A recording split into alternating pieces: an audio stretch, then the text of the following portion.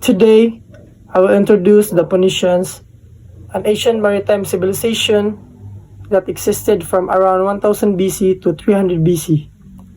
They were located along the eastern Mediterranean coast, mainly in present-day Lebanon, with important city-states such as Tyre, Sidon, and Byblos, because they live in between the sea and the Lebanon mountains. They had limited farmland but excellent natural harbors. This geography pushed them to become one of the greatest seafaring and trading societies in ancient history. One of the key historical or cultural highlights. One defining moment in Phoenician history was the founding of Carthage in 814 BC, which became one of the most powerful cities in the Mediterranean. Another important event was the Siege of Tyre by Alexander the Great in 332 BC, which marked the end of Phoenician independence.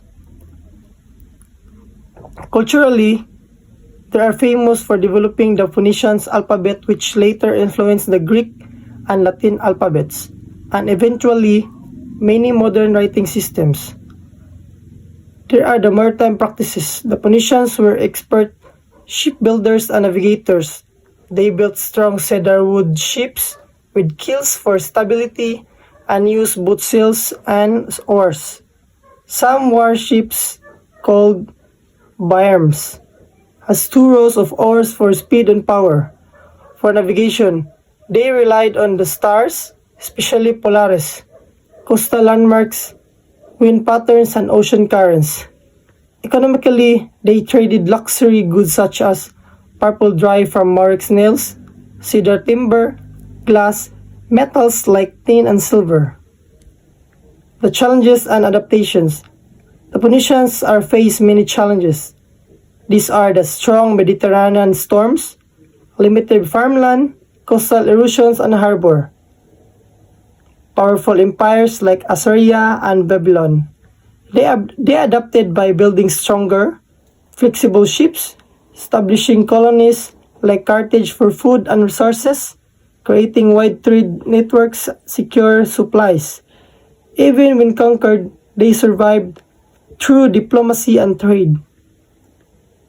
Modern maritime societies can learn several lessons from the Phoenicians. Invest in strong and adaptable ship design, diversity trade routes and resources, develop backup navigation system, encourage innovation and merchant leadership, and balance naval power with coastal defense. Their success show how geography can be turned into opportunity through maritime skill. In conclusion, the Phoenicians transformed a small coastal region into a powerful maritime network that connected the ancient world. Their ships, trade system, and alphabet shape global history. They remind us that mastery of the sea create lasting cultural and economic influence far beyond territorial size. And that's all. Thank you.